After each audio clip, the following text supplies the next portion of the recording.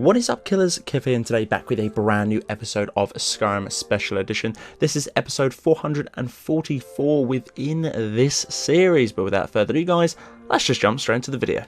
Jon Snow Follower coming in at 58 megabytes of a download. Not much of a massive description on this one on the website. This is a port from the nexusmods.com.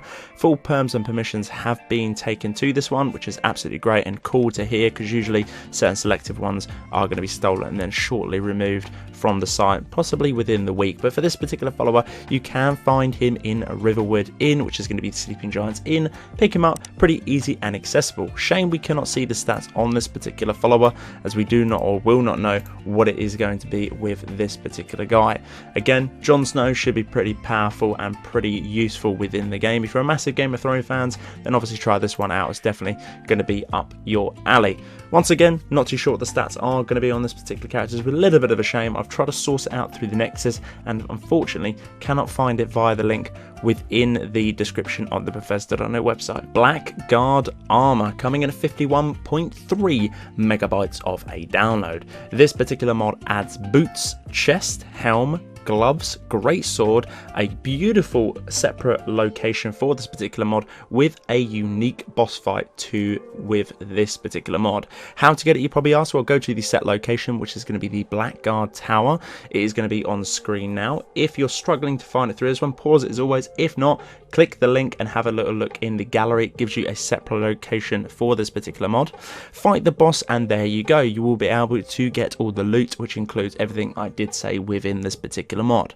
Be warned though that this boss is incredibly hard to fight, so be prepared. Unfortunately, this is going to be a male set only. Apologies for all the females out there, and it comes with an absolute amazing lore if you guys want to read up and have a little look at that as well. Personally, fits in as beautifully as pretty much all Aladons mods do, if I'm perfectly honest. This armor isn't shy from what maybe like a Black Desert Online armor, so it fits in quite nice with Skyrim. I really do love this armor.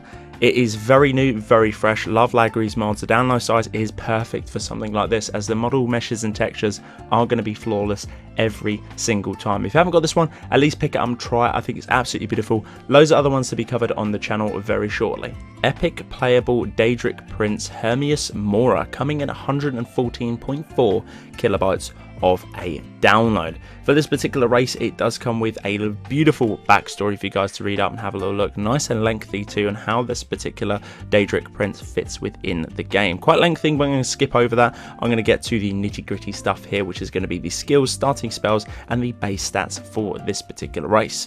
Skill bonuses is going to be a one hand of 10, concentration of 15, destruction 15, speech, light armor are both going to be 15, and enchanting of 10. Starting spells are going to be Mora's Armor Drain, Mora's Cloak, Mora's Protection, Mora's Wrath, and a few other different ones for you guys to try and enjoy. This is really cool to see that this particular playable race has their own set things within there. It's not ripped assets or anything else to do with the game. It is implemented via this mod. Base stats are going to be health of 300, magic at 650, stamina 200, and carry weight of 500. A lot of people are complaining this is going to be overpowered, but you do got to remember, guys, that this is going to be a Daedric Prince added into the game. They're going to be slightly overpowered due to the name, description, and title of the particular mod.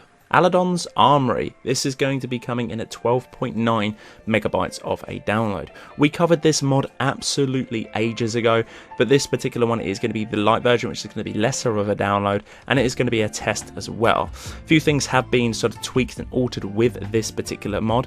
It has removed most of the NPCs and the rooms, still while aiming to include the core stuff within this particular mod. I really did enjoy this one when it first came out on the Bethesda.net website.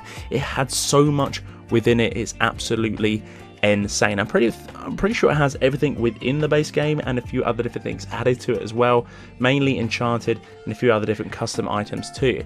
The armory entrance is located in Riverwood at a giant portal next to the lumber mill. It's pretty hard to miss this one. It is going to be staring you blankly right in the face.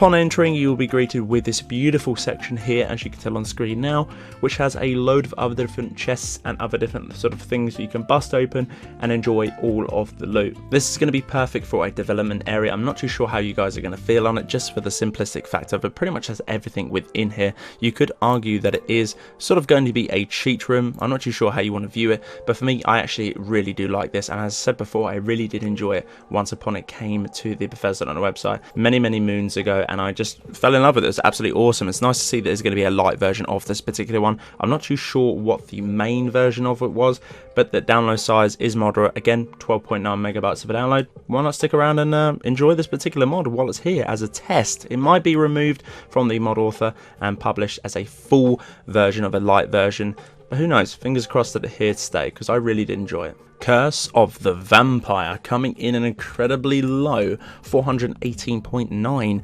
kilobytes of a download. Now, it does come with a pretty much of a core of principle of the description of what this particular mod does, but there's pros and cons of this particular mod, which I'm going to run down a few of them with you on this particular mod. The pros of being a vampire is going to be 100% disease resist, 100% poison resist, 25% frost resist going into combat with those particular mages that are scattered around Tamriel, 25% of physical damage resist, which is really good as overall sort of combat, 25% falling damage, 20 to 100% faster stamina regen depending on how many days spent as a vampire. So obviously the more of a veteran spent as a vampire, the quicker that stamina is going to regen, which is a nice benefit to add within the game. I'm not too sure if this inflicts anything to do with the perk tree. This is just sort of the actual mod that is integrated within the scripts. I don't think it would be, so I think it'd be pretty fine with that. Again, that is going to be incredibly overpowered for 100% faster regen, which is absolutely insane. This one is going to be a 10 to 50% sort of better chance depending on how many days you are a vampire, so passively breathing underwater. So obviously if you, again, a veteran of a vampire, you're pretty much going to have a 50% better chance of breathing underwater, which is obviously going to hold basically a 50% chance of having bigger lungs, let's be honest. But there are going to be some cons with this particular thing. Cons of being a vampire: takes 5 damage to health per second when in direct sunlight, and almost becoming blind too. Again, that is with the visual effects. Take 5 damage to magicka per second when in holy place and become blind, again with the effects of that particular one. And another one which is going to be 5 damage to stamina per second while trespassing and becoming blind, and due to effects too. Health regen is 100% slower, which is not too good, so you're going to pretty much be feeding. It pretty much forces you into being a true vampire, this particular mod.